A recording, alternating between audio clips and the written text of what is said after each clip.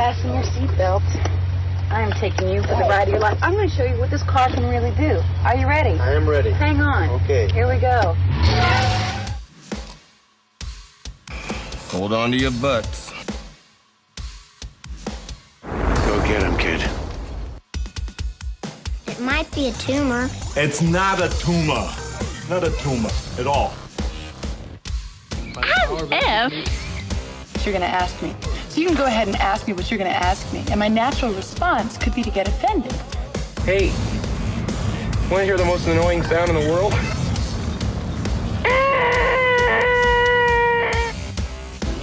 Yeah, well, you know, that's just like your opinion, man.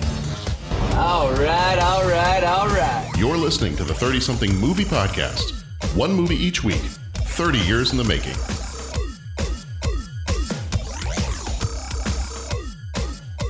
That's right, you're listening to the 30-something movie podcast. I am your host, John Reed. I have with me, I'm bringing the energy tonight, guys. I don't know, it's been, we say this every time. Like, I don't think it's ever not going to be a day, but I mean, every day is a day. So that was just keeps getting better, huh, John? It just keeps getting, I now have a better understanding of what Arsenio Hall meant when he said things that make you go, Yeah. There are so many things in the world that make me go, Oh, yes. And they start with people.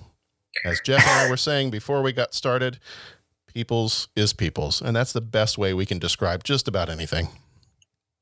Yep. Is potatoes, is frogs dancing, is pigs singing. People's is people's. We are glad for the peoples to join us here tonight. And I've got extra peoples joining us here tonight. Jeff is here. Jeff, we love it when you're back because like it's life has been busy for a while. Well, you love it when I'm back. I love it when you're front. Anyway, it all works. It's all good. I'm just glad you're here. Me too. I'm excited for you to be a part of this. Let's do it. Yeah, no, this should be fun. I'm a fan of the movies we're doing over the next couple of weeks. So I, despite not having watched them recently, I figure I'll just stumble my way through. Hey, that's fine. I kind of feel like with these movies, I don't know that you need to rewatch them. Like, I feel like we've all seen these movies before. For the ones we're doing over the next couple of weeks, we've got Kindergarten Cop, we've got Home Alone. I kind of feel like those are not movies. I mean, you want to watch them, but I don't know that you need to watch them to be able to remember and be fully versed to be able to talk about them. They just are they're both kind of like movies that get automatically ingrained in your head. At least for me. Like that's the way these two movies have been for me. So, but we are very, very glad that you're here. So thanks for being here. Yeah, you know, it's been good. I'm 2.5 weeks into a diet plan, and I haven't killed anybody yet. So nice. I'm down about 8 or 9 pounds so far. So that's congratulations, man. That's awesome. Nice. That's awesome. That's awesome. Good for you. Nobody talk about food. All right, that's all I'm saying. You may have come to the wrong podcast then. Well. We are. That's kind of our thing. we are a food podcast masquerading as a movie podcast. Oh man, I did not get that memo. No? Okay. We're opening a deli. Yeah. What's the featured item on the menu? Whatever she's having. Yeah, I don't know, man, but I think I've been grilling and like finding different ways to make mushrooms, not like psychedelic mushrooms, but like portobello mushrooms, shiitake mushrooms, all those different ways to like chop those, grill those, flavor those, and put those on a sandwich. So, man, I'm telling you, the featured item for this month might be, different kinds of like mushroom sandwiches. Not like a Love Fest sandwich. That might be a featured thing too, but you got to talk to Bo about that one. I don't want to speak Actually, for the man. I've been doing fresh vegetables every night. Yeah, good for you. Teaspoon of olive oil and some onion, zucchini, carrot, asparagus, all grilled garlic. up. Yeah. Really that's it right there, man. Yeah, that's awesome. Some sauteed veggies. Who'd have thunk that'd actually be kind of good? I'm telling you, it's the real. That's good stuff. I'll tell you what, not this fat guy. you're liking it, right? Yeah. Like I said, I haven't killed anyone yet. There you go. That's right. So man. far, the food that I'm getting on this plan isn't as awful as I had feared. So Nice. Are just you gonna keep going with it? Are you like ordering like a packaged thing and they deliver the food to you, or are you just kind of? I'm not going to say what the plan is because we're not getting any advertising money. Isn't that the truth? So the way this plan works, and I don't know, maybe it'll give it away, but we get a weekly menu that's pre-selected, and we go and we pick up the food every week. So I mean, it's showing us portion control. Katie and I are doing this together. Nice. It's showing us That portion helps. control. It's showing us, there's the ease of not having to prepare anything because it's all there. You just have to heat it up. Mm-hmm. And for frozen food, it's been a lot better than I would have expected. Nice. Cool. So I'll just keep going until I decide I really need a cheeseburger. Hey, now you started it. Cheeseburger. Oh man, and I mean dinner. I don't want to talk about food, but dinner tonight was really good. But you said the word cheeseburger, and now I'm just like I wasn't hungry until 10 seconds ago. Mm-hmm. My sister-in-law and her new husband were visiting from Colorado a couple weeks back, and Katie and I went to my in-laws' house where they were staying for dinner one night, and we brought our diet food with us, and I had cauliflower fried rice. Oh, that that's night. Ooh, the deal. Well, That's good. Apparently, I like the cauliflower mashed potatoes. my mashed cauliflower. mother-in-law and my new brother-in-law decided to have a burger cook-off to see whose recipe was better. Mm-hmm. So I had that sitting on the table in front of me while I was shoveling down my cauliflower fried rice. Yeah. Life is not fair all the time. I'm just going to say that. Yeah. Nice. But anyway, I mentioned Love Fest. Let's hear from him. Love Fest, are you ready to be a sandwich? Sure, but do I get to pick what else is on the sandwich? And what is the bread that is encasing me? Because if it is a Love Fest sandwich, there has to be something above and below me. I don't know what to do with that. Oh man, John, just give us a heads up before you start the recording, just so we can clean this up before. We're good like 7 minutes in, so it's too We've late now. already cost him an hour of editing. We're already on his list. Oh my gosh! We're By the already in way, I just want to say the other day I was drinking some lemonade, and That cool, refreshing drink. and it made in the shade by the leg of an old maid, and it sprayed out of my nose. I don't know if you've ever had lemonade come up your nose. Oh. And you're probably saying, Pat, why was the lemonade coming up your nose? It hasn't And happened I'm this saying because I was listening just to. figuring it was Pat. Well, that's true. But here's the specific reason. I was listening to our episode a couple weeks ago when we were talking about what things you can't. What was it? It was the Goodfellas one, and what things amuse you. And Bo, like the question wasn't out of John's mouth, and you were saying poopy jokes, and then all of a sudden you told the joke, and I had lemonade, and my kids are looking at me as like, Dad, what is going on? And I'm like, so the laughter. That's all I have to say. Can I just say, you guys have been doing such a great job with this podcast. I've been listening to all the episodes, and God, you guys are entertaining as hell. Well, you really are. Well, I'm fired up, man. When I saw the text come in and you were like, guys, what time are you starting tonight? I was like, yes, because it's great talking movies with you and having you back and all that. So did you finish that Sinatra show? You know what? No, I'm sorry. And it's like I've started it and then I stalled out because, it was Formula One's 70th anniversary. So I was watching racing all weekend, and then I had to review the movies so my week is cleared. And then Jeff, by this weekend, we will discuss Sinatra. Is that fair enough? Yeah, fair enough. It's, I got thoughts. I've got thoughts. Like sometimes you got to mess a guy up thoughts or. No, I've got thoughts about the program itself. Cool. I look forward to discussing those thoughts with you. For those of you out there in listening land, if you don't know what we're talking about, there's a 2-part documentary on Netflix about Sinatra. And overall, it is a fantastic look at Sinatra's life and career and the ups and the many, many downs that came his way. So it's definitely worth checking out. I don't know if they're doing a series out of these because there was also recently a 2-part episode about Garth Brooks, which was also very fantastic. Oh, nice. Cool. I'll check it So I'm out. definitely going to keep an eye out for more of these.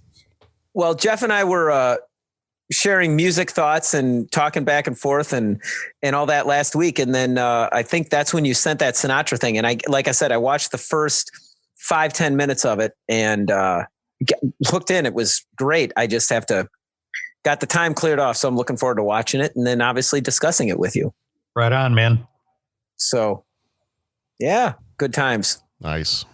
All right. Well, we're going to jump on in. We're going to jump in the DeLorean and we're going to head back to September of 1990. This is our first week of this month. So we always go back in time to this month in 90. So September of 1990.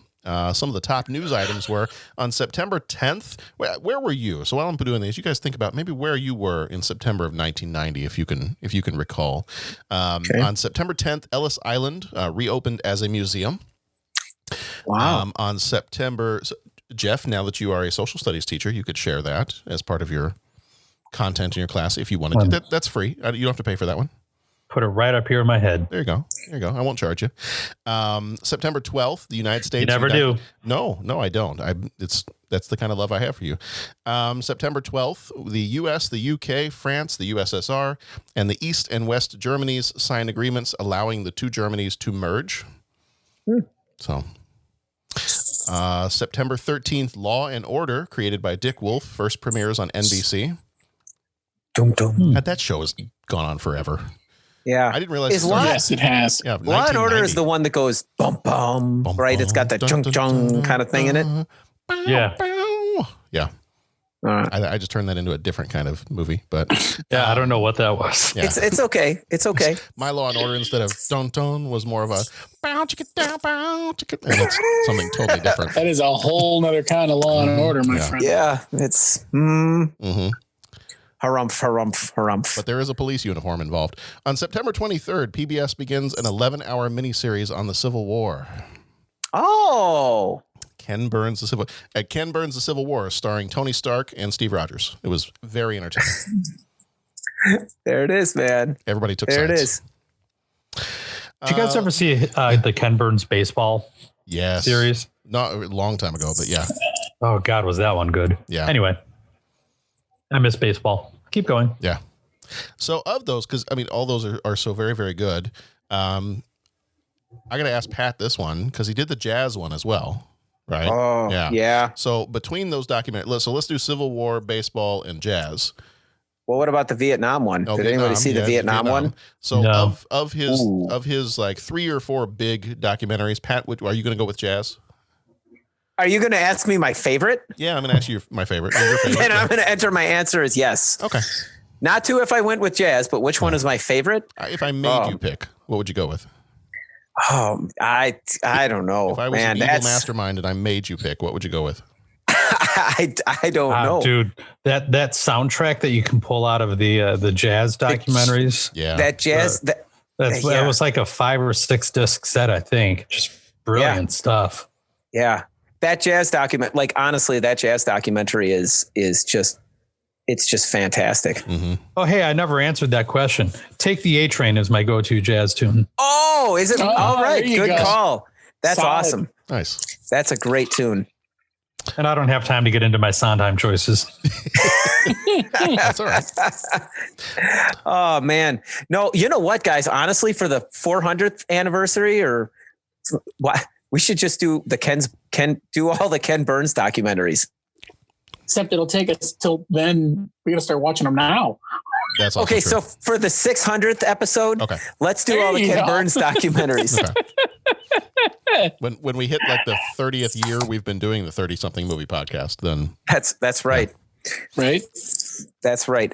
You know what, John? In answer to your question, I'll answer it straight. I mean, in terms of like topic matter and just, like that jazz one is amazing. Yeah. But I'll say, as someone that, I know baseball and I've got a cursory understanding of it, watching the baseball one is incredibly informative. But then you look at like the Civil War and, like I said, the Vietnam one, boy, that was downright chilling. I just, my gosh, those things are just amazing. Yeah. So what about yourself? If you were going to pick one, what would you choose? I might go Civil War because I remember watching that as a kid, and as a kid being thoroughly entertained by that. It probably was the first documentary I'd ever seen. Right. And I remember thinking, wow, this is really cool. Like, I would never think of the Civil War as being cool as a kid, but my dad was always a big history buff too, and he'd take us places. When we'd go on vacation, we'd go to, we wouldn't necessarily go on like beach vacations. We'd go to Civil War battlefield vacations.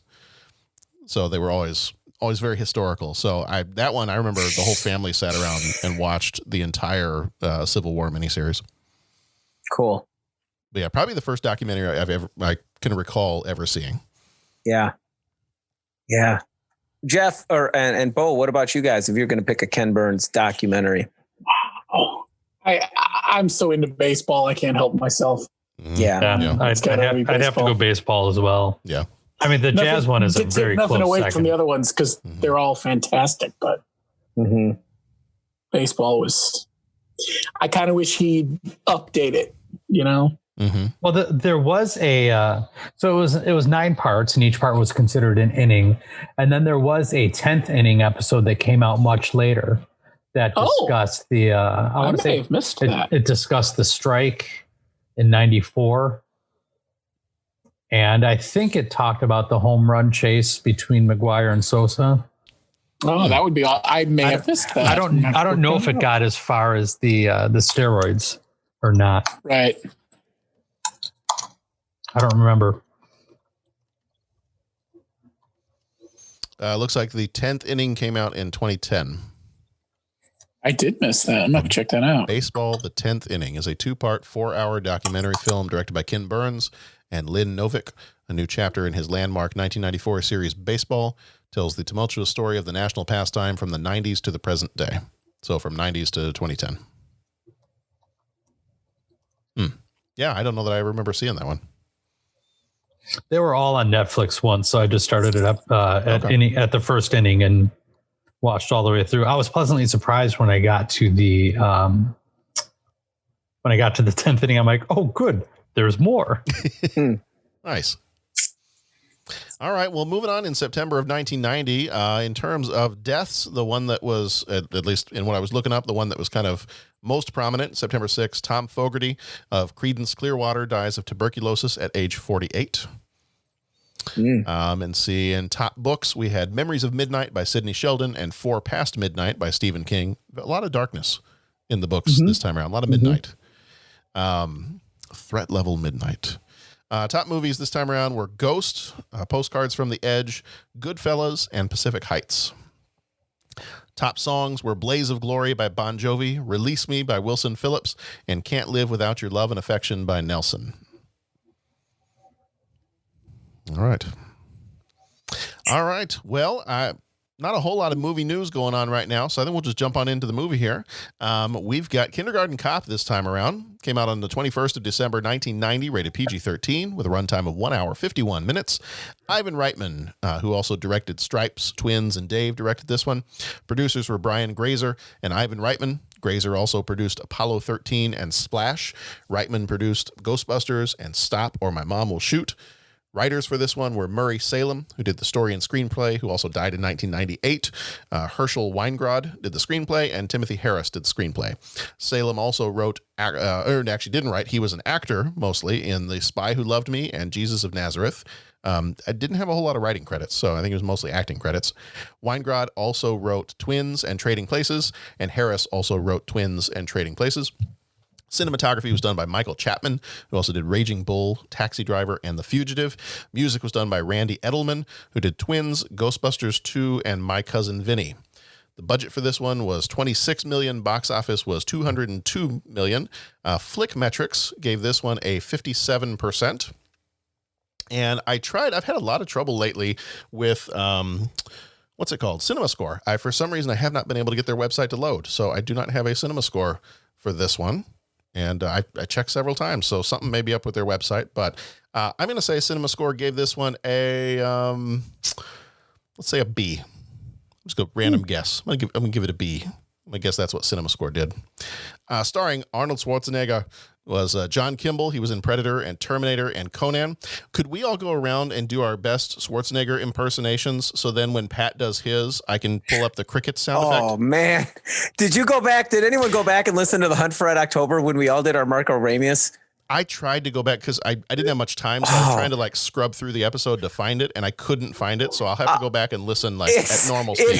It is sublime how funny I am not. I mean, it's like so bad with the impersonation. Mm-hmm. Hey, Cinema Score gave it an A-. Oh, they did. Okay. Hey, all right, good for them. Maybe my computer just doesn't like Cinema Score. There we go. Grading on a curve. All right. Yeah. So starring Arnold Schwarzenegger, who played John Kimball. He's Predator, Terminator, and Conan. Penelope Ann Miller played Joyce. She was in The Artist, Carlito's Way, and The Shadow. Pamela Reed played Phoebe O'Hara. She was in The Right Stuff and Proof of Life. Linda Hunt played Miss Schlowski. She was in The Year of Living Dangerously and Dune. Richard Tyson played Crisp. He was in Black Hawk Down and Battlefield Earth. I got to say real quickly before we get much into the movie stuff, the guy who played Crisp, Richard Tyson, to me, he kind of looks like a little bit of a heavier, which is kind of weird to say now, but a little bit of a heavier Val Kilmer in this movie. Yeah. He's kind of got that look to him. Yes. Yeah. You know, every time that I've watched this movie, I look at him and I think, God, what do I know him from? Mm-hmm. And I look at his credits and I'm like, I don't know him from anything. Why does he look so familiar? It may be the similarity to that of Val Kilmer. Yeah. Yeah. That could be why I keep looking at him and going, God, he looks so familiar. I'm trying to think of what he played in Dune. He was not in Dune. That was Linda Hunt, the character. Oh, okay. I got that messed up. But this guy wasn't. He is in Black Hawk Down. He was in Black Hawk Down. Yeah. Okay. And Battlefield Earth. All right. Yeah, for all the people who saw Battlefield Earth. Oh, Battlefield Earth. That's the one I was thinking of. Okay. I'm trying to not think of it, but That's fine. You'd be better off not thinking of it. Probably. Yeah, it was a film. That's true. Not to get too far off the beaten path here, but did you guys hear that Val Kilmer had surgery of some kind, and now like his voice, it's really affected his voice? He had throat cancer. Was it throat cancer? Okay, I remember hearing that he had some kind of surgery. Yeah, I think so. I don't want to spread rumors about Val. Yeah, I mean, friend of the podcast and all. Right. Well, because I mean, I think he used to listen to us when he would be mowing his lawn. That's true. Yeah, he had a tracheotomy. Okay. Oof, well. Yeah, I thought I heard that the other day, and there was some kind of an article that I saw. I think his daughter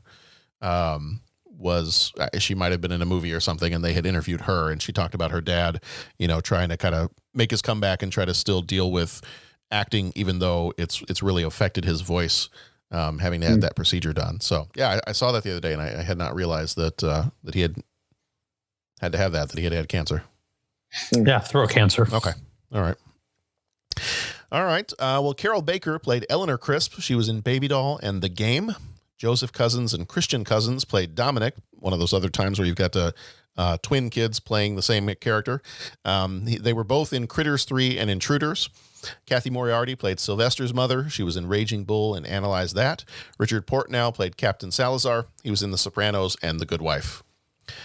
From the Googles, in this action comedy, unusual circumstances find big, brawny cop John Kimball posing as a kindergarten teacher in order to apprehend the major drug lord Cullen Crisp, who just sounds like a comic book character with the alliteration. Mm-hmm. Cullen Crisp. It's a weird name. It's fun to say, but a weird name. He sounds villainous. He does kind of sound villainous. It's a good choice. As well as his ruthless accomplice and mother, Eleanor.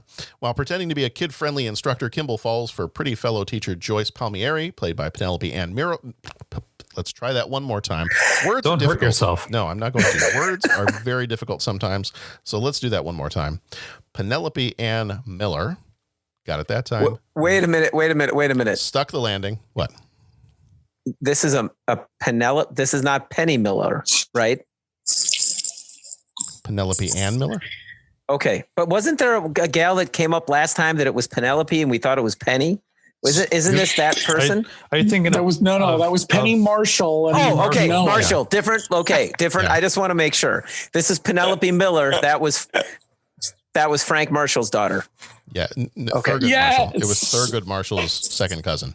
Okay. Yes. Yes. Okay. I just remember I was just listening to that whole big shemazel that we had. Okay, Yes. but this is someone different. And that is a good term for it as well. This is It is. That's such okay, a this is- schlemiel. this is something different. This is different. Okay. On that note, here's the trailer. But enough about what was discussed at your honeymoon.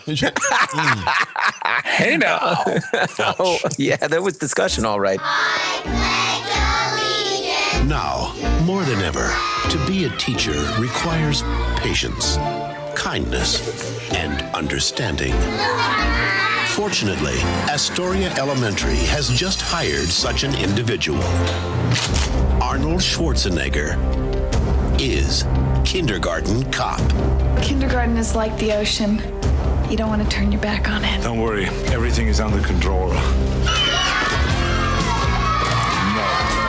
He's an undercover detective. I assume you have some teaching experience. They wouldn't have sent me otherwise. Assigned to find a mother and son Did Danny ever say what Crisp's wife looked like? before a killer does. First, I would like to just get to know you.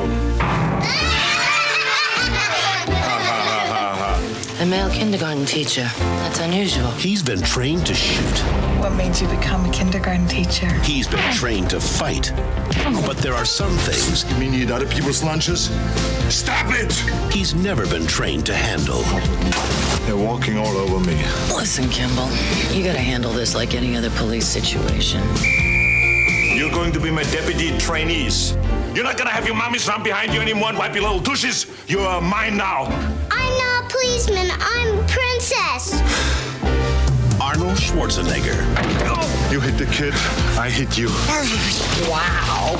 In an Ivan Reitman film, Are you married, Mr. Kimball? No, I'm not. He's not married, Mom! Welcome to Astoria, the single parent capital of America. You got a little mustache. Must be from the milk.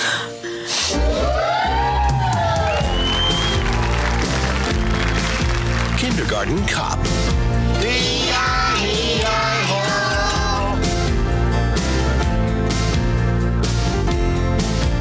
All right. So, first question, as always, one word. How does this movie make you feel? When you knew this movie was coming up on our list, and you sat down to watch this movie, or you just remembered when you heard Kindergarten Cop, how did it make you feel? One word.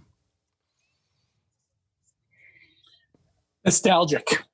Entertained. Fun. That'll be my word. I was going to say awesome, but I love Arnold Schwarzenegger movies, man. I love them. So yeah, fun. Yeah, for mine, I got to go just laughter. Like this movie, as we get into talking about it, this movie in particular, this is a time when Arnold had, kind of his shift into comedy. And I think he's much better at it than a lot of people will give him credit for. I know that, this movie doesn't get great ratings. I think Rotten Tomatoes gives it like a 50% or something like that. And I know that, a lot of people dog on his performance in, Twins and Junior, and it was the other Jingle All the Way was one of the other ones. Well, Junior and Jingle All the Way were not really good movies at all. No. And those of his different comedy movies, those are probably my least favorite. This one, though, I think for me, may be my favorite of his comedy outings. So this one for me, I don't recall when I would have seen this one. I know that I saw this one when I was younger. So I would imagine, much like I almost did, I was almost like, oh yeah, Kindergarten Cop, we can watch that with the kids. And then I was like, no, maybe not. Like when I started to look up a couple things real quick, I was like, maybe we'll skip this one for now. I mean, it's a PG-13, but maybe I'll take a look, and I'm like, no, we'll skip this one. And so this is probably one of those that my parents probably saw it and they're like, oh, hey, Kindergarten Cop. It's a kid's movie. Let's rent it. So I'm sure it was a Friday night pizza and a movie kind of thing. And And that's probably the first time I saw it. What about you guys? When was the first time you saw this one? Probably something similar. We rented it. We were probably at the Blockbuster and saw Arnold Schwarzenegger was in some sort of goofy movie, and we'd check it out. That sort of sounds like something we would have done. Yeah. Yeah. I don't recollect at all the first time that I saw this. I mean, it wasn't in the theater. I know that. Probably caught it on TV, on cable, and then, seen it a bunch of times since. But yeah, I don't think it would have been one that we would have rented. This one was what you were describing, John. For us, my folks rented it, and my dad loves the movies, and the action movies and all that kind of stuff he'd enjoy. Definitely this would not have been my mom's style of movie, but I think they fell into the trap of, hey, look, okay, this is, Arnold Schwarzenegger's doing a kid's movie. This will be fun. And then after watching it, you realize that, okay, there's kids in the movie, but it's not really a kid's movie. Kind of like that distinction. And it's funny because even if you look at the font on the title cards that go up, even that kind of has that like wobbly kid looking writing like you'd see with, I don't know, like on a kid's show like Sesame Street or something like that. It just so that was the first time we rented it. I don't think we'd gone to the theater. I don't think we went and saw it in the theater. Maybe we did, but I know definitely we saw it with the family, probably pizza movie night. And it was kind of like okay, that wasn't the kids movie that we were thinking it was going to be. Mm-hmm. Yeah, that was, my wife said the same thing. She's like, it's even got like the cartoon font. Like that would make you think it's a kid's movie, but definitely not a kid's movie. Mm-hmm. So as we start off the movie, I'm going to kind of walk through the plot of the movie here just for a little bit. And as we start off the movie, one of the things you notice right away, or at least I noticed right away, is Arnold loves the mall. Yeah. It's like every movie, like Commando, Terminator, like we're always going to the Galleria or something like that. I mean, we're always at the mall somewhere. So I don't know if he just got like some kind of a deal where he got extra money, extra funding. We're like filming in the mall, or if that, I don't know. But yeah, I feel like every Arnold Schwarzenegger movie, you got to feature a mall in some way. No doubt. One of the first things I kind of had fun with in this, these characters as you kind of get introduced, because you don't get to see Arnold for just a little bit, but you get introduced to Crisp right away, to Cullen Crisp. Good villain name, as we said. We kind of get introduced to, he's going into the back of the mall, which that's another thing that Arnold Schwarzenegger movies taught me, is that there's like all these corridors in the back of a mall somewhere. He goes back there and he's got this couple. The girl is kind of hiding off in the shadows a little bit. She had some information about where to find his family. And this kid, I don't remember what the character's name is, but he is a horrible negotiator. Like when he starts off, he's like, yeah, I got information about your family. So how about for like, I don't know, a few $1,000s. And then he kind of stares at him for a second. But that's not my final offer. Like I could go a little bit lower than that. Like, dude, just give it a second.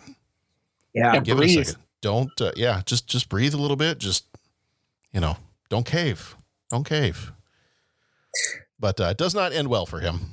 No. He should have held back. He should have held back a little information until he was out of shooting range. And you kind of knew it was not going to go well for him, like when he opened his mouth and started talking. It's just like, yeah, this guy's dead. Yeah. Yeah, this is. He obviously did not have a plan when he showed up here today. Yeah, that's right. And what little thought he had, he's not executing well. Yeah. It's like, no, Lieutenant, your men are already dead. Already dead. So I was kind of like, and as soon as I watched it this time, I'm like, yeah, this guy, like, yeah, goodbye. Yeah. Yeah. You can stop talking now. You've done enough. Well, and this is one of those movies where the character, and we kind of jokingly said he's got a good villain name, but he looks like a villain from the moment the movie starts. He's got that the hair is all slicked back, and he's kind of like in a ponytail, and I don't know, just the look about him is like, this guy is organized crime. This guy is, I don't know, he's got this look about him that, the way he's dressed and everything else, not a good guy at all. So what this taught me is don't walk around in the inner corridors of a mall, and no kidding. Don't do deals with no guys good will come if you hang out back there. No, and don't do deals with guys that look like evil Val Kilmer. Yeah. So always a good lesson, really. I mean, true. Any time. If you're approached by evil Val Kilmer, don't do any kind of a deal with him. So kind of very quickly, the movie moves to, as they start to kind of find out some of the details of, he obviously, he gets arrested. He gets arrested getting his nails done, which, I mean, that's, of all the action scenes in an Arnold Schwarzenegger movie, I've never thought that, that would be one of the most compelling, that he bursts in while he's getting his nails done. But hey, you know what? To each their own. And we kind of very quickly, as the movie goes on, and we know that the family, his ex-wife and child, are hiding out in another town somewhere. We kind of very quickly move to Astoria, Oregon, which is kind of a fun little town. We get Astoria is featured in a few other places. I mean, we got the Goonies. What were some of the other places I was trying to think off the top of my head? I feel like there were another couple of movies that kind of featured, even if they weren't filmed in Astoria itself, they kind of featured it as almost as a plot point that it took place there, but it has that kind of look and feel of Goon. I don't think Mystic Pizza was somewhere else. Mystic Pizza I think they actually filmed it in Mystic. Yeah. Wasn't that on the East Coast somewhere? Yeah. It has kind of like that look and feel to it. Oh, you're saying this has that look and feel. Okay. I get what you're saying. Yeah. Cause Goonies was Astoria. I'm trying to think. I feel like there was one other big movie that was filmed in Astoria. Yeah, I'll have to go back and look at some point, but so we get introduced kind of quickly to Detective John Kimball and Detective O'Hara, and they end up having to go undercover as husband and wife. At least that's the original plan. And unfortunately, I mean, because Detective O'Hara is apparently an eating machine, like she will eat anything and everything. Yeah, no kidding. So there are 5 movies that come up in films set in Astoria. Oh, nice. What were they? You have Goonies, Kindergarten Cop, Free Willy, The Ring 2, and Short Circuit. Oh, Short Circuit. That was one I was thinking of. There it is. Yep. That's what I was thinking of. Wouldn't you like to be a pepper too? It just runs programs. Hello, honey. What is okay? So they're going to go undercover as husband and wife, and then Kimball has to take over because Jeff, you don't want to invite Detective O'Hara to your diet plan, because she is going to cause you to crash and burn right away. That would be true. Yeah. The woman apparently is a human trash compactor, will eat anything, and she very, very quickly on the plane realizes that she may have food poisoning of some kind, and it does not go well. So he is. It would very much test my resolve. Yeah. So John is then forced to kind of take over as she had teaching experience. So that was one of the reasons they were going to kind of put her into the school as a kindergarten teacher, because she had that experience. They're like, no, perfect fit. You guys are you'll play husband and wife, he'll do the investigating while you go into the classroom and you kind of do, some work from there. And that's going to be it. The other great scene right there at the beginning of the movie is when they're on the plane and you get a sense of just how much John Kimball loves children. Yeah. Yeah. Yeah, that was awesome. The kid kicking the back of his seat. Yeah, that was good.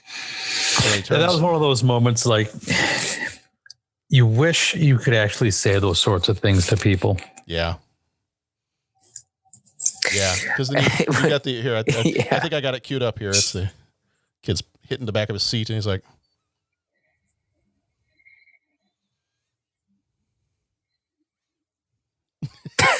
"Yep." That's awesome. And I feel like I've said that several times when we've been on like a long car ride and the kids are just kind of like goofing around in the back. I'm like, hey, if you don't stop screwing around back there, if I had a pencil to break, I would, but I feel like that's the dad turning around in the car and telling the kids to cut it out. Yep. That's what that was. But she bids a hasty retreat to the airplane bathroom, and we get a pretty quick understanding that she is not well.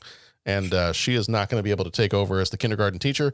So, of course, when you think kindergarten teacher, you think Arnold Schwarzenegger. Get the chopper. Yeah, 6-year-olds, how bad can they be? Oh, man. You should be the one reading books about bears that go shopping. Oh, dear. Something like that. You know what? I do want to go back for a second because we I feel like this is a line that Bo, I think you'd appreciate. Pat, I think you'd appreciate. We did have earlier in the movie. There's a scene where he looks really rough. Like he's got the trench coat on, he's got a shotgun with him, and these guys in the street start messing with his car. Oh yeah, that's right. I feel like that was a quote you guys would use. He comes up and he kind of cocks the shotgun and he's like, "My name is Detective John Kimball, and I love my car." And the guy's like, "Hey, no problem, man. You got a beautiful ride. We'll take care of it. No worries. That's awesome. So as we get on into Astoria, then we know that eventually he's got to go in and take over as the kindergarten teacher. And of course, he asked the question that all of us who have been teachers smile at. And he's like, "Hey, they're 6-year-olds. How bad can they be?" Now, personally, I've never been a kindergarten teacher, but I've had a kindergartner, and I've had 2 kindergartners, and I know other kindergartners. So anybody who has any kind of an inkling knows, like, that's one of those questions that you don't ask because you don't want it to come true. Right. You know how bad they can be. Yeah. But I do like that line when the teacher that he kind of falls for, who you come to find out is Crisp's ex-wife. I do like that line when she's like, "Well, kindergarten is like the ocean. You don't want to turn your back on it." Yes. Yeah. Yes. And he takes a look back at the room and things are not going well. No. Kids are eating paste and the room is just a complete disaster. And yeah. That moment where he runs out of the building and just screams. Yes. Yeah. I felt that. I was going to say, haven't we all been there? Oh yeah. Like, I just like, dude, I get it. Mm-hmm. Yeah. Who was I talking to? I was talking to a colleague that thing happened. Like, she's like, "Oh my gosh, it was, it wasn't in our building. It was someone in another building. How was your day?" "Oh man, I had to step out in the hall and just go, just like completely floored." And she was taught at elementary and all that kind of thing. And, she has definitely felt the days like that. Mm-hmm. We've all felt the days like that. Yeah. Mm-hmm. Yeah. Some of us maybe just felt the day like that. You never know. You never know. Is it Tuesday? Oh, right. Is it really? Oh man. Okay. I know. That's Tuesday, John. That changes my plan for tomorrow. Okay. Yeah. Yeah. I do love those scenes when he's first in the classroom. Every scene where he's in the classroom is great. And that's where I think he does a great job of, the comedy part of this. He just does a great job with it. I think this is probably one of his best comedy outings. And it's just all those classroom scenes, from the first moment. And he's, when he starts to talk, like he wants to get to know them a little bit. And then he accidentally sits on the piano and all the kids start laughing. And he's like, right.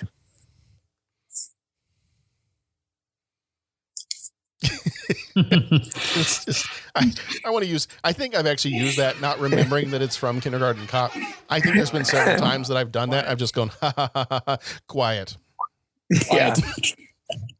Yeah. Yeah. Well, I mean, this works for him because it's your typical fish out of water story. Right. And I think the timing was right for him because this was just sort of kicking off his comedy chops, but he really got to have some fun with this because fish out of water, it really works for someone like him. Mm-hmm. You take someone whose background is action movies, who is, 6 whatever, 200 whatever, carved out of stone, and you drop him in the most unlikely of scenarios. So I think the timing of it just really worked out for him, that he could really develop and show off some of his comedic side because the material was just ripe with that and just perfect for him.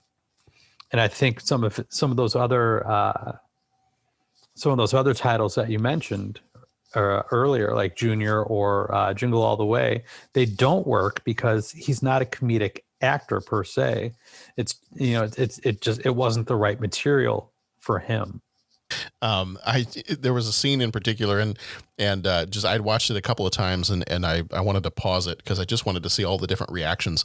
The first time he walks into the room, when the principal comes in, she's like, you know, we've got your teacher's going to be gone for a little bit, and we've got a very special helper.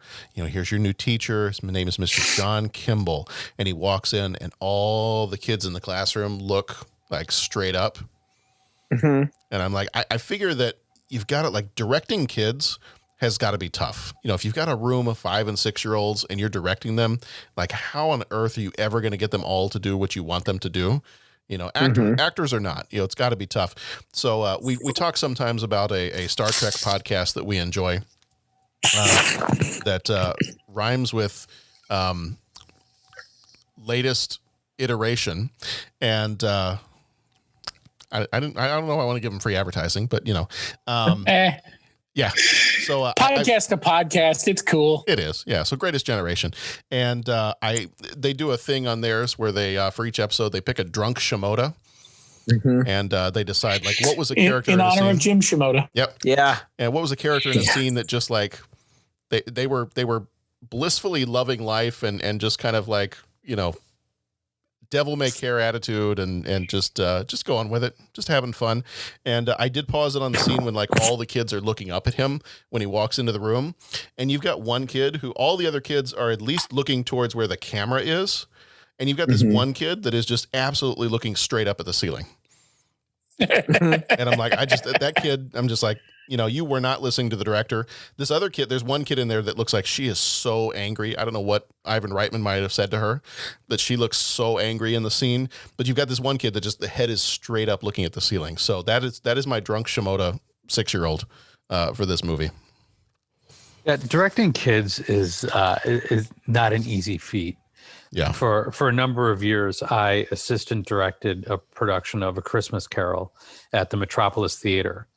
And my job as assistant director was taking the 40 plus kids that we had in the show and helping them learn their handful of scenes that they were going to be in the show. And the age ranges were from, my youngest, I think, was like 4 and the oldest was like 16.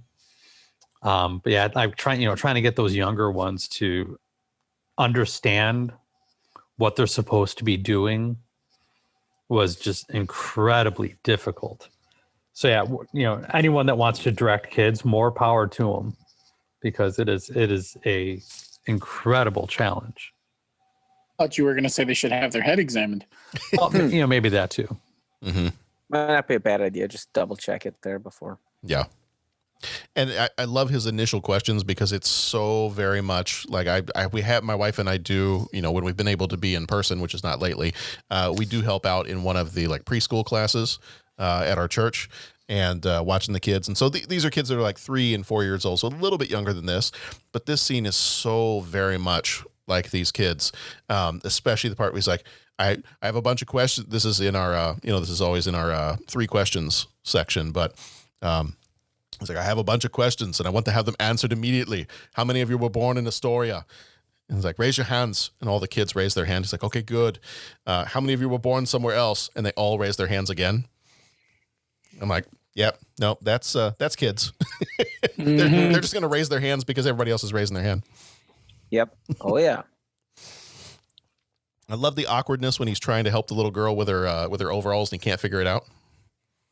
Yeah. He does all these scenes so well. Like, you know, Jeff, like you said, it's the fish out of water, and he kind of, you know, I think some of the bits and pieces of just maybe him as a person and you know, having the accent, he kind of automatically kind of brings across the fact that he doesn't always necessarily belong. He's always an outsider in almost every movie that he's in.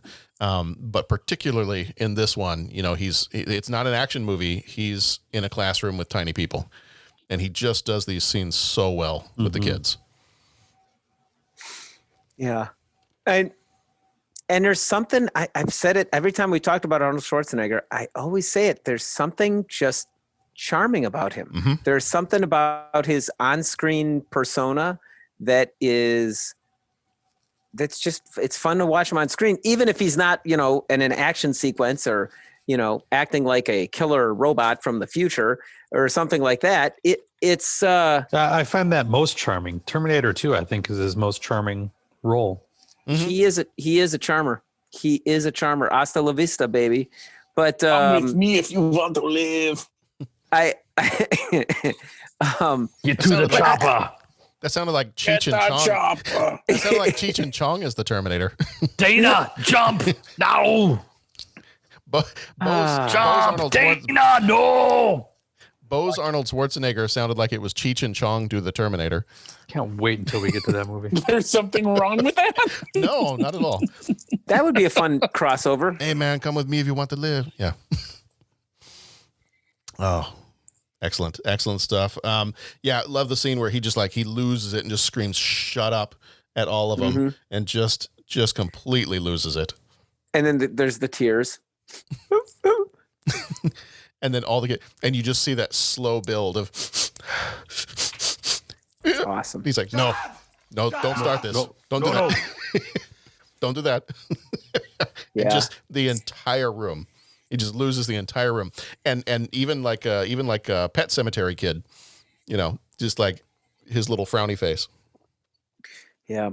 Wasn't that right about when the fire drill sounded or whatever? And they all come running out the front. Doesn't he carrying two kids? He's got them under their arms or something, or he's got them under the arms or something like that. That was a little bit later because to get them to stop crying, that's when he runs outside and screams, and then he runs to his car to get the ferret. That's right. He brings the ferret in. Yeah. And they kind of gets everybody then calms down. And one thing I love, the brutally honest kid, you find out a little bit later on that this is the kid he's been looking for. He's like, my coach, Mr. So-and-so, he's better than you. He's better than you. And my swimming teacher, he's better than you. And the guy that delivers our mail, he's better than you. And I'm like, thanks, brutally honest kid. Yeah. Do you know, the best part was, do you know anyone that's not better than me? No, I don't. I don't know that many people. I don't know that many people. I really appreciate your honesty. Yeah. Yeah, it's pretty fun. Yeah.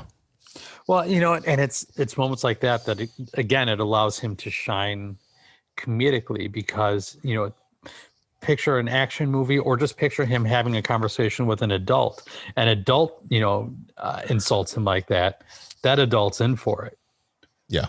But it's a kid, so he has to find a way to have more of a tender, gentler approach and response, which allows him just to be a little bit more comedic with what he's going to say. Mm-hmm. And I love the scene where it kind of follows it up not too long after that with he follows it up with the worst kindergarten game ever. We're going to play a really fun game. It's called Who's Your Daddy and What Does He Do? Yeah, yeah. And then that's pretty good. You get that fun, just the montage of the kids trying to explain what their dads do for their job. Mm-hmm. And I'm watching that and I'm thinking, you know what? As a kid, and even now, I'm not sure I could describe what my dad did for a living. I know he worked at a business, and I know sometimes he was, whatever companies he was in for one of the smaller companies, he was the VP of the company. And I know he worked, in the later years, he worked more on the legal side of things with contracts. But if you asked me as a kid, what does your dad do? I could tell you, well, he works for, when I was really young, he worked for Texas Instruments. I was like, okay, I know he works for Texas Instruments. Oh, does he make computers and calculators? No. What does he do? Does he sell them? No. He works for Texas Instruments. We have a computer at home. we were the only family on the block that had a computer when I was that young. But it was what does your dad do? I don't know. So I love it when these kids go through and they're trying to explain what their dad does. And there's that one little girl that she's like, my dad gives other people money that don't have money. And then they take that money and then they give that money to other people who pay back that money. And it's just the little kid way of trying to describe things that they really don't understand. And I absolutely love the little kid that's obsessed with death. Mm-hmm. He is so funny. And his whole reaction is, my dad drives a taxi in New York City and he doesn't live with us anymore. And my mom hopes he's going to die real soon.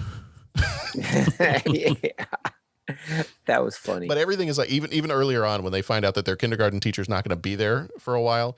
Did she die? No, she's visiting someone special. Did they die? Did they die? Did they die? I have a headache. But I mean, might be a tumor. Who of us working Maybe it's a tumor with students hasn't had that moment of a student saying something really awkward and you're just like, okay, how do I get out of this one? Yeah. Like My dad watches TV it almost all day makes long. me cringe a little bit when I see those moments happen. Like in a movie or a TV show, I'm just like, oh, I've been there. That's really uncomfortable. Yeah. Yes. And the really cute little girl that's like, my dad works with computers. He's the boss.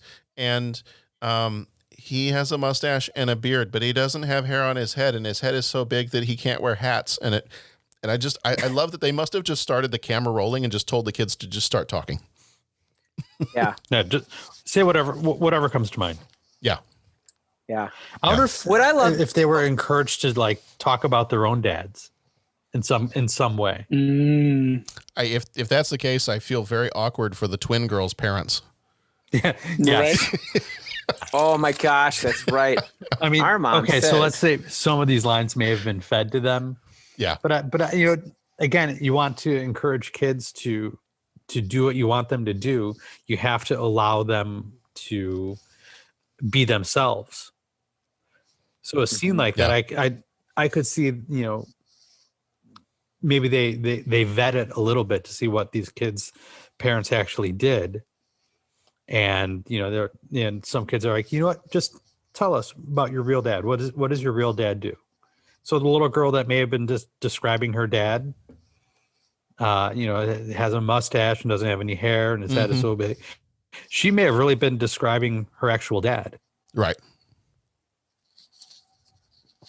Right. Or not. Yeah. I don't know. Yeah. It's funnier to think of it that way. Whether it's true or not is irrelevant. Right. Good point. Yeah. Let me Google that for you. I've had those kids, you know, be brutally honest, just on a work, like a daily work thing. You know, like some kids, I couldn't complete my assignment last night, or I had to do or whatever because it was my mom was sleeping on the couch all afternoon or something like that. And like then I get an email from the parent like a couple hours later. I heard that my son told you that, first of all, that wasn't true. I was actually just down reading a book and had just dozed off for like 5. Like the mother is mortified what the kid has told me. So she's like trying to, I'm just like, hey, don't worry about it. And I'm sure, you know, like it's all good. But like, yeah, the kid just came in and just like, here's everything that went on in my house. So that is the kid honesty thing is always, that's always interesting. According to IMDb, Ivan Reitman invented the 5 Reitman rules of filmmaking for the kids. Listen, act natural, know your character, don't look in the camera, and be disciplined. Be disciplined sounds a lot like there is no bathroom. God, that was classic. Okay, we're going to start something new. There's do not ask to go to the bathroom. There is no bathroom. It's called police school. It's called police school. We're going to play police school. We're going to turn this mush into muscles. Yeah. Can I go to the bathroom? There is no bathroom. There's no bathroom. I don't want to be a police officer. I want to be a princess. Yeah, I know. I'm a princess. And she was like stompy about it too. Yeah. It was like I don't want to be a policeman. I want to be a princess. Yeah. God, which of us hasn't? I mean, really? Right? You feel for her, kind of, you know? Yeah. Well, this is interesting. A couple other actors that were offered the role of John Kimball. Patrick Swayze. Really? And Bill Murray. Oh, wow. That would have been a different movie. Yeah, no joke. I also read somewhere Danny DeVito was on a list at some point. Huh. I'm trying to see if I find that because I took that note and I was like, oh, this is funny. Bill Murray is like the absolute wrong choice for this movie. Jack Nicholson was also wow considered for the role, which that's a whole different movie too. That turns creepy. Right? Yeah. There is no bathroom. Who is your daddy? What does he do? And where does he get all these wonderful toys? That's the twins. Never mind. Yeah. Yeah. Oh man. Okay. Let's keep going. Yeah. All right. So in terms of this movie, as they're kind of going through the movie, he befriends the other teacher, kind of starts to fall for her a little bit, and then finds out that's the person he's been looking for in the kid. We get some foreshadowing with the kid saying that he wants to place his lasers kind of around so that they're protected from the bad people. And he kind of looks over at that one kind of a cell tower or kind of a whatever it might be, some kind of a satellite tower, and says he's going to go place some lasers there at some point to make sure that they're protected from the bad people. And then everything kind of just speeds up from there as Crisp gets released from prison. And, his mom has kind of helped track down where the mother and the kid are. And so it kind of really speeds up from there. And she finds out Rachel, Joyce was her name, but I think Rachel was her real name.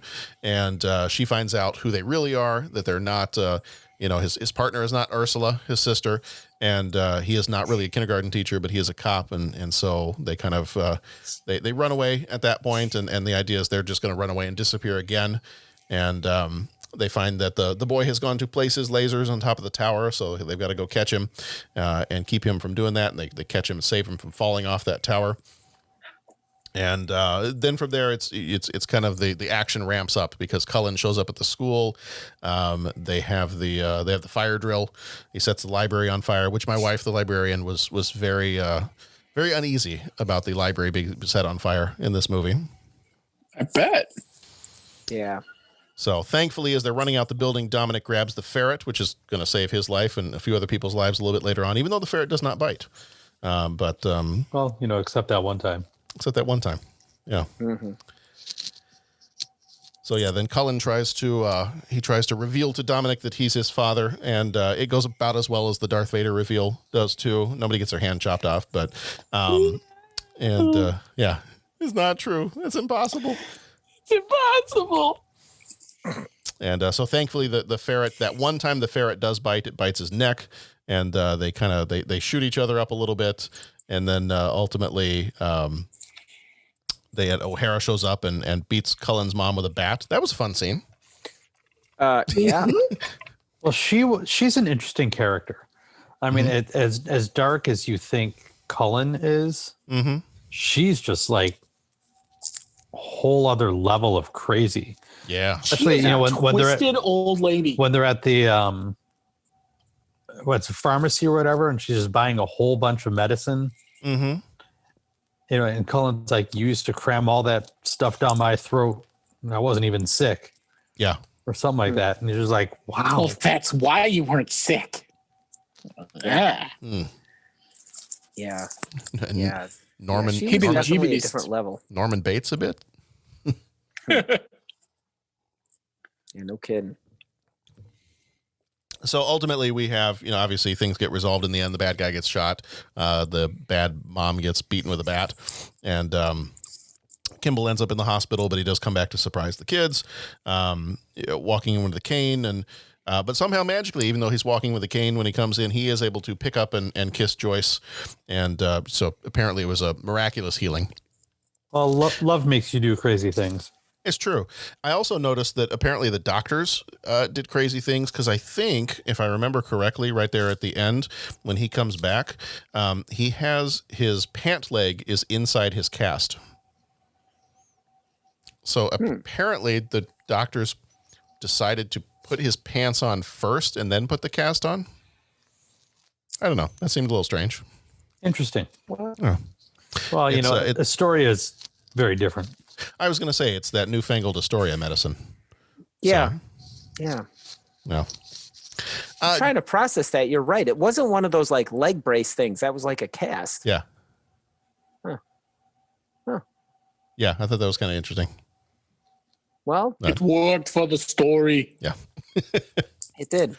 I mean, there was a put my pants on first if you want to live.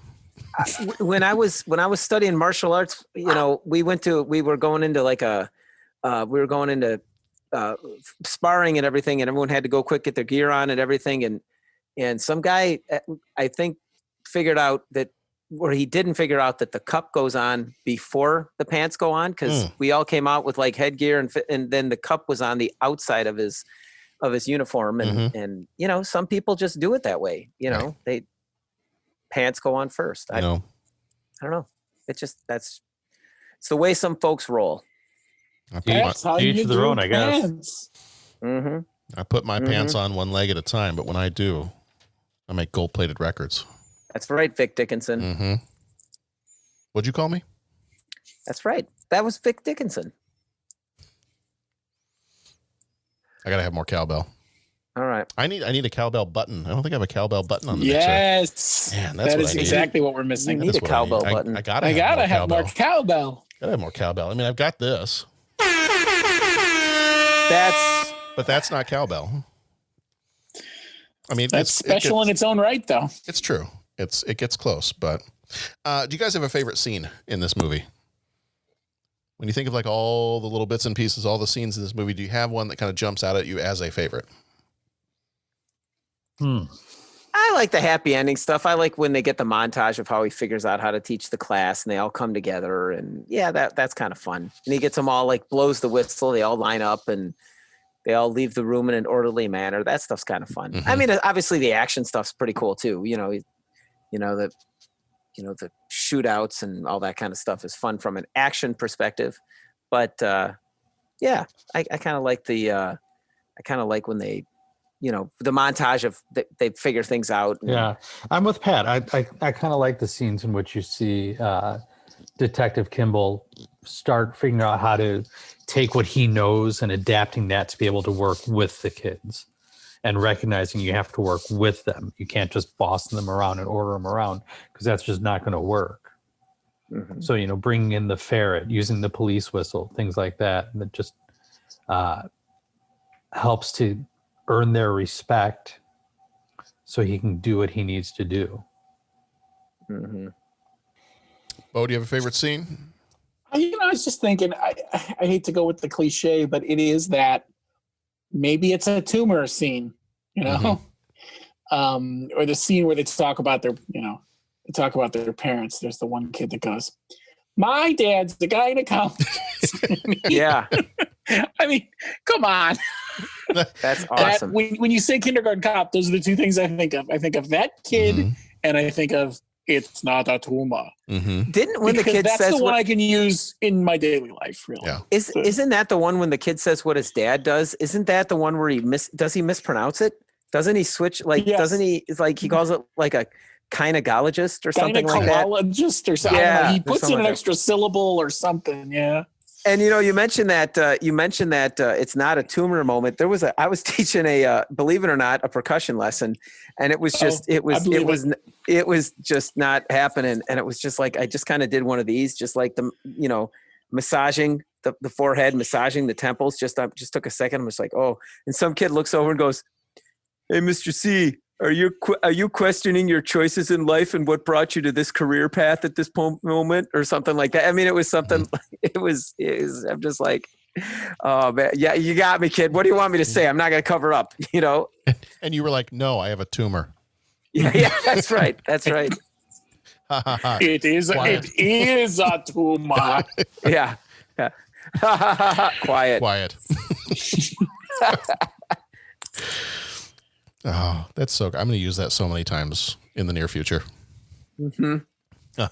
Quiet.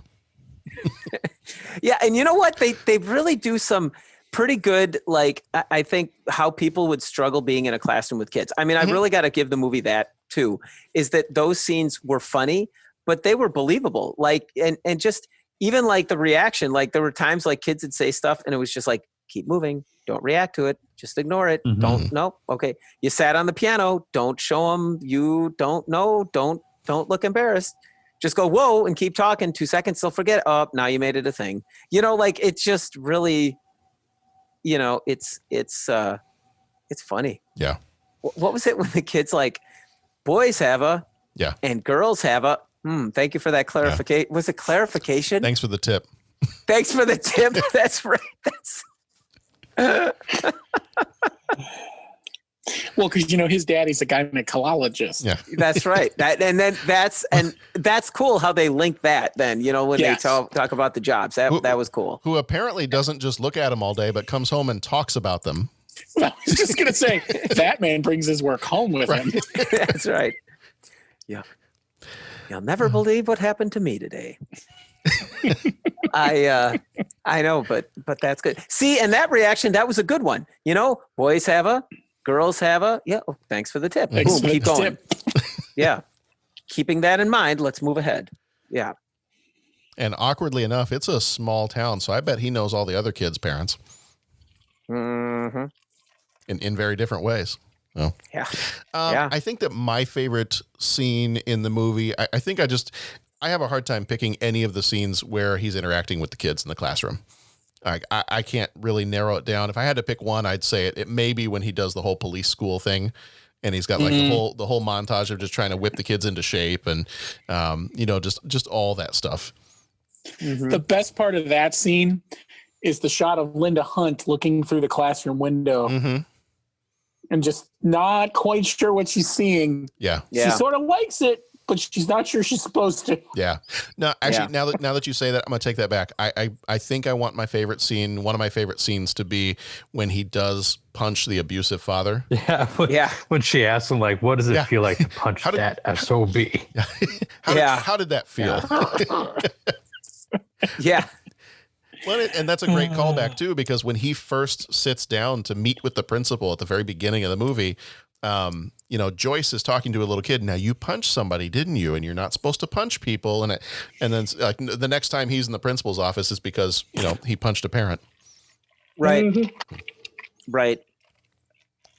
But again, in all of our illustrious years of teaching, hasn't there been a moment? Haven't we had moments? Maybe it's not apparent, but maybe there's at some point in time when you're just like,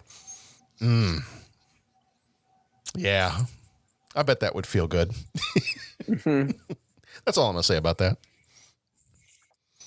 All I have to say about that. And I think this movie is really a good example of kind of, I don't know, shall I say, the last gasp of the 80s? Because I mean,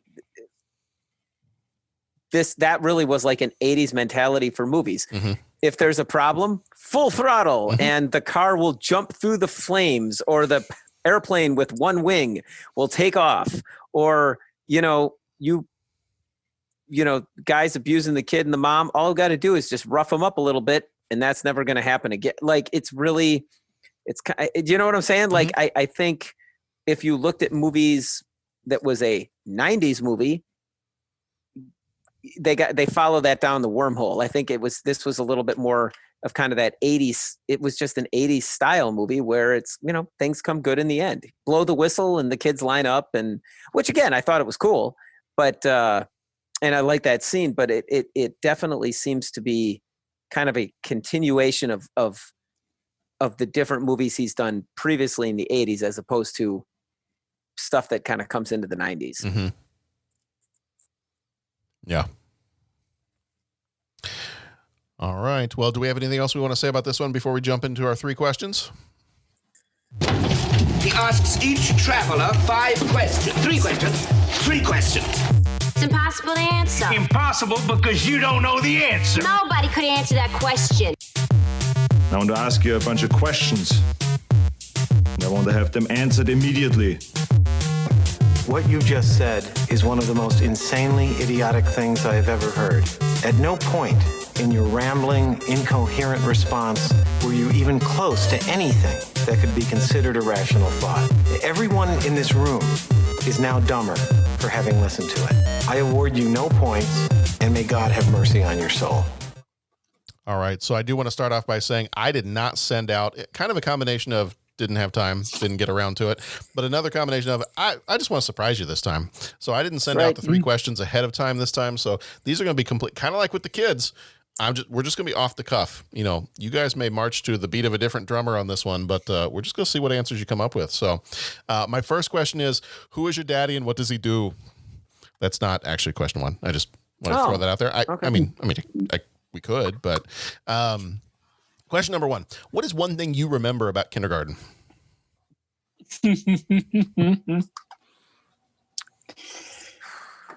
Family-friendly podcast, everybody.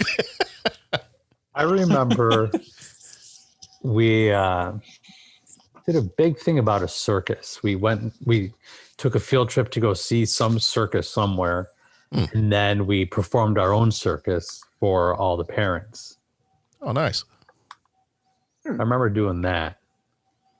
I also remember, I don't remember there was a group of us playing with something, and someone else wanted to play, and I had turned to them and said, there aren't any more, so you can't play. And the teacher, God, I remember this, Miss Beal, may she rest in peace. Miss Beal said to me, Jeff, you need to come sit over here now, because that is not at all how you talk to other people. Ooh. Man, Miss Beal pulling out there is no bathroom. Wow. And just really to go for full circle here, I did a year of subbing before I worked with you guys in Vernon Hills. And the district that I subbed for was my elementary district. And lo and behold, I subbed for Miss Beal really many times.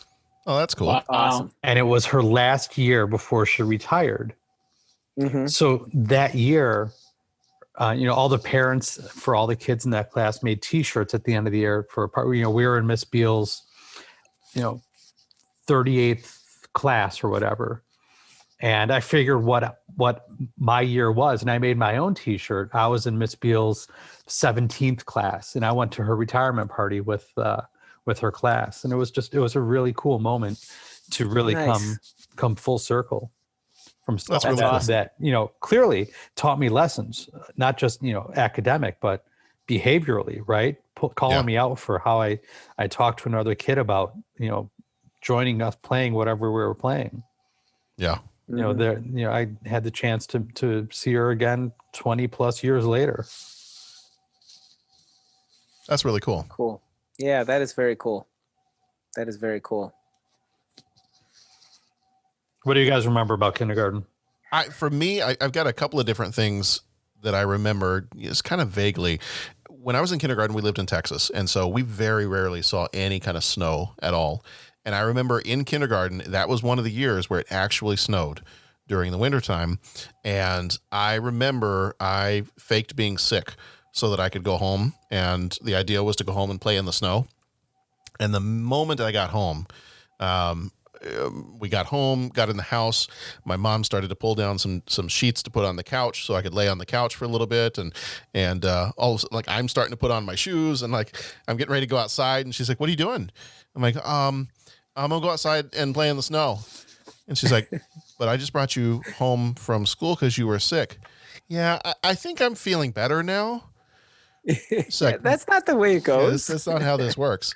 You can lay down on the couch. I'm like, no, but I really feel a whole lot better. No, you can lay down on the couch. So I was like forced to lay on the couch because I was quote unquote sick, and did not get to play in the snow at all that day. So that was one thing. Now, the funny thing about him kind of threatening the kid on the airplane and breaking the pencil, I remember, and I don't remember what I was angry about, but I remember in kindergarten we had those, and I don't remember what number they are, but they were the really super fat pencils that you have in kindergarten. I don't remember what that's not. It's not number 2. I don't remember what it is, but the really just huge, thick pencils that I remember having.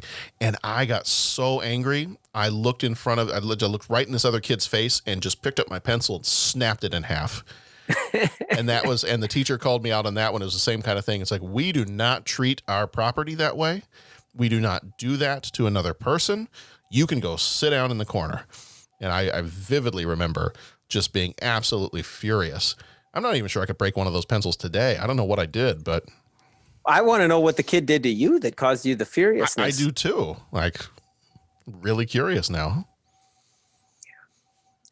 Dang. But yeah, little Incredible Hulk in training. Most impressive. Yeah. What do you guys remember? I just remember the locations. Like, I remember the classroom was at the bottom of the stairs, kind of like right when you walk in the building. And I remember the Cubbies. I don't know why. They were bright. As in the baseball team? They won, by the way. Yeah, I saw that. Oh, nice. Did you see, Bo, did you happen to realize even though they didn't play games for 4 days in a row, they still gained a game in their lead in the division? I do love statistics that way. Like they had a 3.5 game lead in their division, didn't play for 4 days, and at the end of the 4 days, they had a 4.5 game lead. Yes. Anywho. Yeah. So yeah, I just remember like things, not like events or anything. Yeah, it's funny you mentioned that, Bo, because I'm right there with you. I remember what door in the building, then up the stairs to the left, and the hallway. And I think my kindergarten room was the third room down on the left.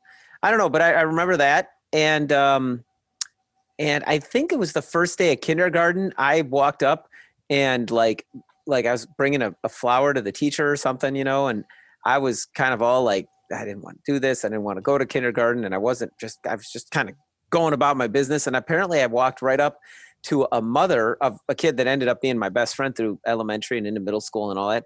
But I walked up to her and said, "Here, you're the teacher. You got to take this." And so I gave the flower to like some random parent and then continue, and all that. And then, yeah, that's pretty much it.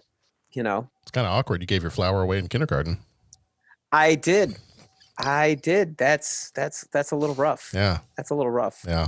But I've just learned a whole lot more about you, Pat. Now that all makes sense. The world has come into sharp relief. There's a lot that makes sense now. Okay. Yeah. All right. Question number 2. What's your favorite school or teacher related comedy, movie or TV show? I think if for me, if it's not this one, I got to go School of Rock. Because I'm not going to, I would always go Dead Poet Society, but I'm not going to count that as a comedy because I don't really think of that as a comedy. Right. It's got comedic moments, but it's not a comedy. It's got to be a comedy. So I may go School of Rock. We really, really love this one, but I think that's got to be my answer. Fast Times at Ridgemont High. Yes. You dick.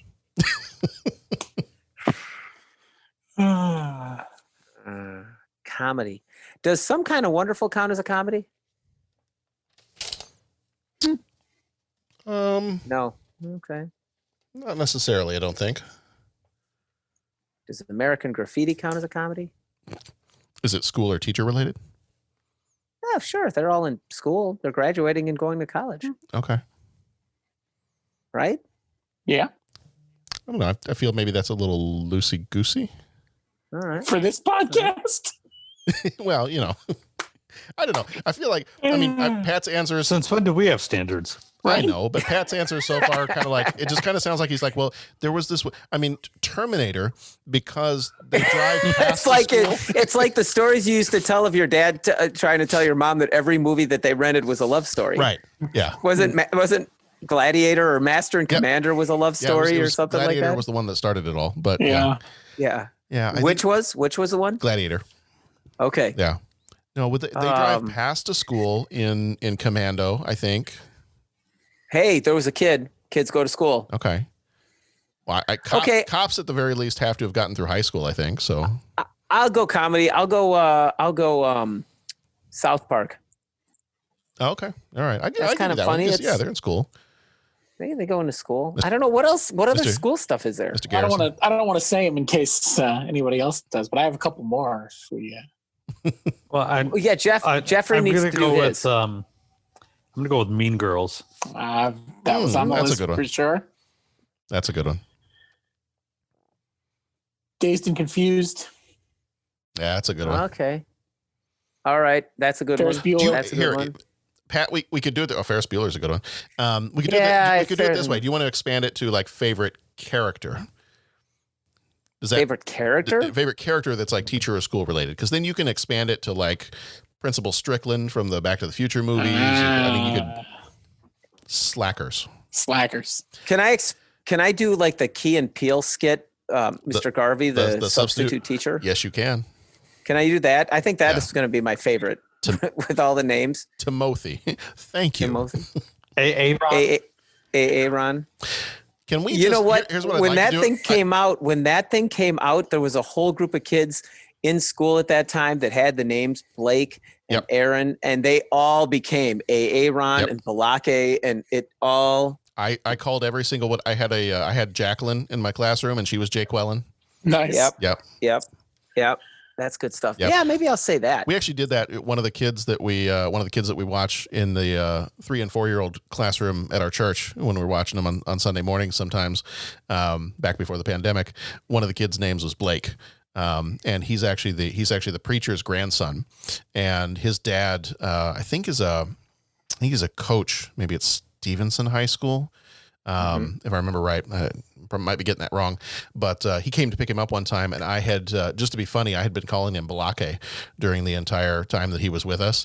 And he's like, Dad, when he came to pick him up, he's like, Dad, Mr. Reed kept calling me Balake, and he wouldn't stop. And the dad just started laughing, and he could not contain himself. And he's like, and then he got real serious, and it was almost kind of like the ha ha ha ha ha. But that is your name. That's awesome. Quiet. I think if I had to choose a TV show, I'd probably go with Wonder Years, if we count that as a comedy. Yes. Mm-hmm. Now I just want to start like I want to start like my own private school where you could just pick and choose. One of our coworkers, Catherine, she and I used to kind of joke about, what if we just started our own school? Like, we get frustrated with all the stuff that happens, and like, what if we started our own like a charter school or something else, and we stocked it with the people that we really wanted to have in that building. And now I remember this conversation. You remember that? Yeah. And I think it was called the RBI. It was the Reed Baum Institute.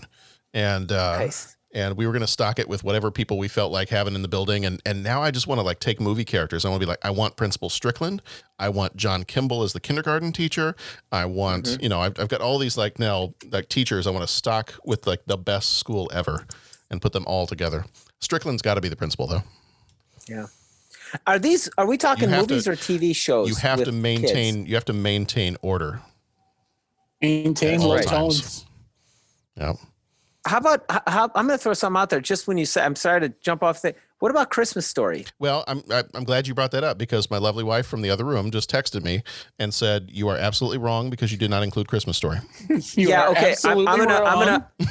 I'm going to correct that glaring error, and I think I'm going to put that in. Okay. I think that's good. Which irony, and she would want me to point this out too. We have our chimney on our, this is completely unrelated to anything other than A Christmas Story.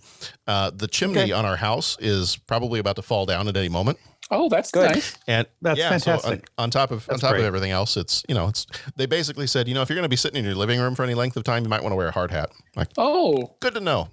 Oh, good even to know. better. That's great. Jeez, John. So that's that doesn't sound so good. I don't know if it's quite that bad, but they did say we got to get this fixed pretty soon. And one of the things we found out though is because we live in an older house and it's a brick house, the type of brick. Thank you. Ow. Okay. Thank you. Because when we it's last weekend, sorry. Thank you very much. No, do not apologize at all. Because a lot of times when we go drive anywhere, I will come up with some kind of a stupid playlist that has the theme of wherever we're going. Okay. For Nora's birthday last year, I think it was last year, we were going to the aquarium. So I created a playlist called The Age of Aquariums, and they were all like water and fish related songs. Yes, they were. Nice. I do this all the time. And so I wanted to create a playlist related to bricks and houses and things like that. And so I did start playing Brick House. And of course, the kids at that moment were like, Dad, please stop. And you said, no, this is the joy of being the father. So, right. No. So Sharon and I turned it up. We sang along, and Nora's in the backseat. Yes. Dad, I'm trying to read. Dad, I'm trying to read something. I know, I'm trying to sing to you, so deal with it. So thank you all for starting to sing that the moment I said Brick House, because I appreciate that, and I appreciate that I'm with like-minded people here.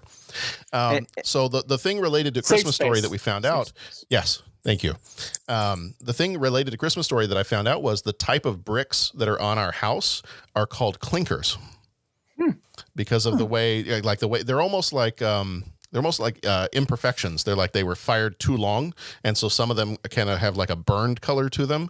But it has kind of a nice effect when they're all together, as brick on a house.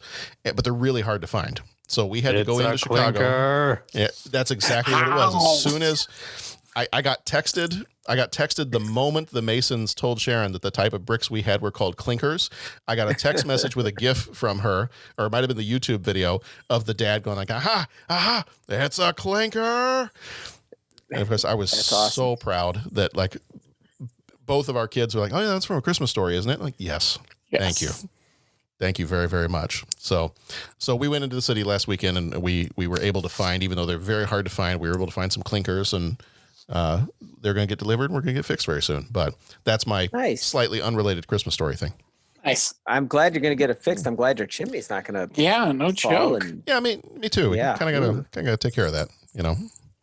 Don't need other problems going on. No. All right. So question number 3. Which kid were you most like from this movie? When you were a kid, which one of the kids in the kindergarten classroom do you think you might have been most like? Now, granted, I think my first natural answer is going to be the kid that stole the other kids' lunches, but that was a funny scene. Did you steal the lunch? Yeah.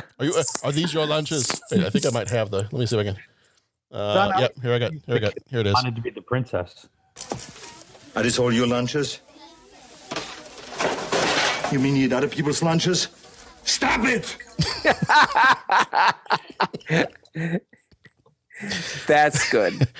That's funny. Are these, and you know the answer to this question. Are these all your lunches? Like, wait, the kid brought 6 lunches. Right. You mean you eat other people's lunches? Stop it. No, and Jeff, I think what you just said might have been my answer too. Go ahead and say what you said again. Well, I said I'm surprised you didn't choose the little girl that wanted to be the princess. I actually think that might be my answer. I think personality-wise, I might have been more like that kid, because I think as a younger kid, I think I was I had moments where I wanted to be very stubborn, but I also think I was very shy. And so I think if I tried to assert myself and be like, I don't want to be a policeman, I want to be a princess. And then the teacher or an adult was like, I told you to do this. I don't want to be. Like I would get like real quiet and like, okay. So actually, I think as a kid, I might have been a little bit more like that kid. I honestly, without having watched the movie, I don't remember all the different personalities.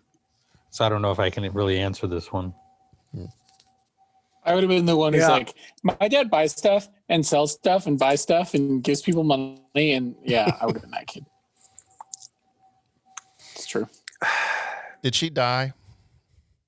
No, she's visiting someone. Did they die? We're all going to die someday.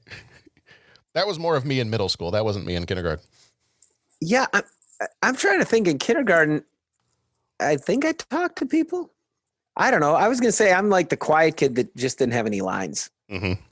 And preferably sitting in the back of the room. I don't like sitting in front of people. You're my drunk. You're my drunk mini Shimoda, just staring at the ceiling. Yeah, that's right. Just kind of like, No, I usually I think I paid attention in kindergarten. I think I hung in there pretty well. Okay. I don't know. But I think I would have been like, I don't think I would have been like asking a lot of questions. I think it's just kind of more like, okay, let's just be under the radar. Mm-hmm. Don't get noticed. Just do your thing. Yeah. I think that would have been me in kindergarten. Okay. Fair enough. Yeah. Fair enough. Yeah. All right. Well, that's going to do it for us for Kindergarten Cop. So thank you guys for being here with me here tonight. We're gonna real quick. Oh yeah. Anyone ever seen the sequel? Thank you for bringing that up. I hate Kindergarten Cop 2 with a passion that burns brighter than the fires of 1,000 suns. Wow. I hate John that was movie. so prepared for that question. He composed like a sonnet. I did. Might have been an iambic pentameter, but I'm not sure. I'll have to check. Yeah. I had a little sip of scotch earlier, so it might have only had 9 syllables, but I don't know. How come the hate? How come the hate? First of all, I want to ask Jeff, because you asked that question, have you seen it? No, I've avoided seeing it. Okay. Please continue to avoid seeing it because I care for you. So please continue to avoid seeing it. The year was 2018. And I think Sharon was out of town. She might have been out of town with her mom at a conference they were going to in the city. And so kids were going to go to sleep. And usually I'm like, you know what? I'm going to rent a bunch of movies. I'll watch a bunch of movies that I wouldn't normally watch, because nobody else would necessarily be interested in them. So let me go pick some up from the library. And I happened to find Kindergarten Cop 2. And I was like, are you kidding me? They made a Kindergarten Cop 2 with Dolph Lundgren. That is amazing. And I have to see this. No, you don't. No. So I took it home. No, you really don't. I took it home and I started watching it. And they basically tried to recreate all of the moments from Kindergarten Cop. But the humor fell completely flat. Mm-hmm. Like one of the scenes, and I'm just sitting there and I'm like, because they try to take some of the more modern issues that you might find in a school, where at one point, he brings a peanut butter and jelly sandwich for lunch, and the kids all freak out because they're all allergic to peanut butter. Okay, and all the running around the room I screaming. Can see how someone thought that was funny, but right. And so I watched this movie for maybe the first 15, 20 minutes. Like I gave it the good old, community college try. And when I got 20 minutes into this movie, I was like, I can't do this anymore. I can't force myself to continue watching this. I hate this movie. Like it takes everything that Kindergarten Cop was and did well, and it just is not, it's missing every mark. So I was like, okay, done, fine, moving on to the next one. So I ended up popping in the next movie. It's probably one of the diehards, and, watched that one and enjoyed the rest of my evening. Now, I took those movies back to the library and dropped them off, and I was like, okay, I'm done. Get this out of here. I don't want to see it anymore. Right. Well, come to find out, 2 weeks later, I get a notice from the library that my DVD of Kindergarten Cop 2 is 2 weeks overdue, and I owe them like $14. Whoops. And I was like, wait, hold on. No. I returned that. I know I returned that because I hated that.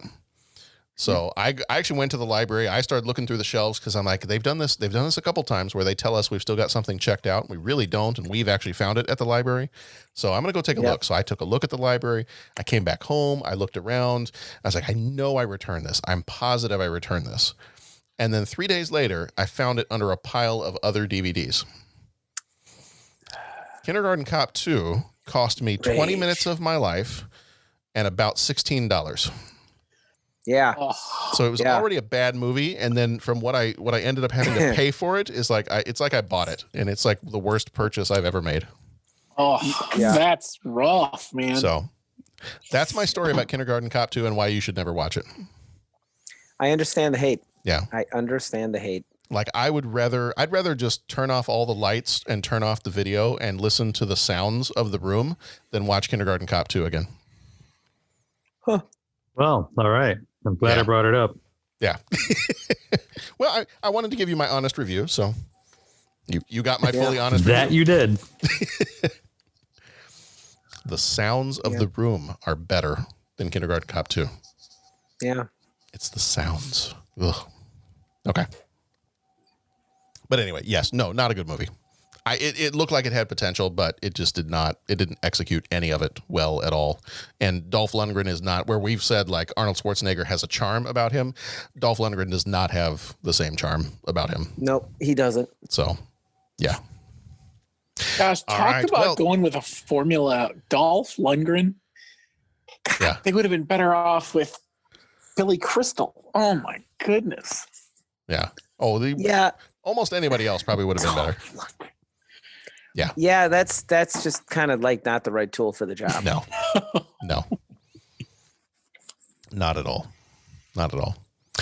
All right. Well, that's going to do it for this week. This starts off our kids month. So all of our movies this month are kid related. Next week, we're going to be talking Home Alone. And Jeff, I think you're going to be able to be back with us for that one. So we're really looking forward to having you back to talk about Home Alone. I'm definitely going to try to clear the schedule and come on by again. Awesome. That is awesome. So we've got Home Alone, then we've got DuckTales, the movie, and then we're going to finish it off with Problem Child. If you want to get a little bit further ahead for Horror Month in October, Pat's favorite month of the year, there we go. We're going to start it off with The Witches. Oh, God. Yeah, I have not seen that since I was a child, and I think I might still be it's been traumatized. A long time since I've seen that. I may have to try to come back for that one too. Did you see they're making a new one? Heard about that. Yeah. I'm not sure about it. I think I saw the poster. They put the poster out for it. It's kind of interesting. I think Anne Hathaway maybe is the main character in it. Yeah. Oh wait, she's not in the one we're watching. No. Oh. No, the one Angelica we're Houston watching is the one we're watching. Oh. Yeah, okay. the one we're watching is traumatizing. It's one word for it. Yeah. It's like if you want to put together a really frightening dual DVD set like they sometimes sell at like Walmart or Target, you'd put The Witches and Return to Oz. Like that would be if you want to if you want. This is called the Ruining Childhood Collection. I'd put those two movies together. Got it. Yeah. I would tend to agree with that statement. Surefire way to guarantee that they're going to be in therapy at some point later. And then after The Witches, we've got Stephen King's It, the 1990 version. So looking forward to seeing that one. Oh, nice. Not the kids' month anymore at that point. Okay. Good to know. No, October. In case anyone was worried. I mean, I wanted to make sure. I mean, there are kids, so it's kind of like the beginning of October still is like we're moving. We have kids in the movies. So, I mean, it's kind of a transitional time. And then after Stephen King's It, we've got Jacob's Ladder, and then Tremors, and then Misery. So very clearly by the end of the month, not a kids month at all. So that's going to do it for this time around. If you want to see more about our show, you can head over to 30podcast.com or hit us up on any of the social medias at 30podcast. If you want to give us a call, our voicemail line is 872-35-MOVIE or 872-356-6843. So thank you again, gentlemen, for being here. We will see you all back here next time. So be excellent to each other. Go watch some good movies, and we'll see you back here next time for Home Alone.